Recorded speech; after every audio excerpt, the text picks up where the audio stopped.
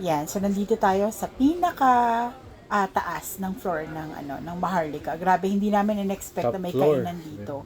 Yeah, top floor nga. Hindi natin in-expect na ganito pala karami at saka okay yung mga kainan. In fairness, yung sabaw gustong-gusto ko.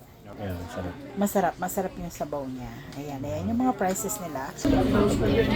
Masarap ba? Ako, dito sa mismong kainan na to, masarap. Parang nasuya ako dahil ang dami. Halo-halo, okay na okay sa akin yung halo-halo. For 85 pesos, okay na okay talaga siya. Yeah, masarap siya. Sulit ako sa halo-halo, hindi puro gulaman. Kasi may ice cream siya, may beans, kompleto naman in fairness. Eto, sulit to. Sisig Batel Patong. Diba? Ang dami rin ng servings nila. In fairness. Parang good for two. Good for two, oo. Sobrang naubos namin siya pero bundat ka na talaga. Ang sarap. Tsaka masarap yung pagkakaluto.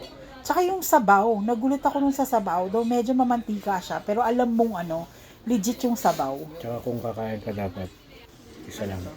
Isa lang. Huwag ka magdagdag ng iba. Medyo dito ako disappointed, be. Yan. Yung burger, medyo disappointed ako sa burger. Pero, tsaka ito. Ano na to? Kiniing sisig.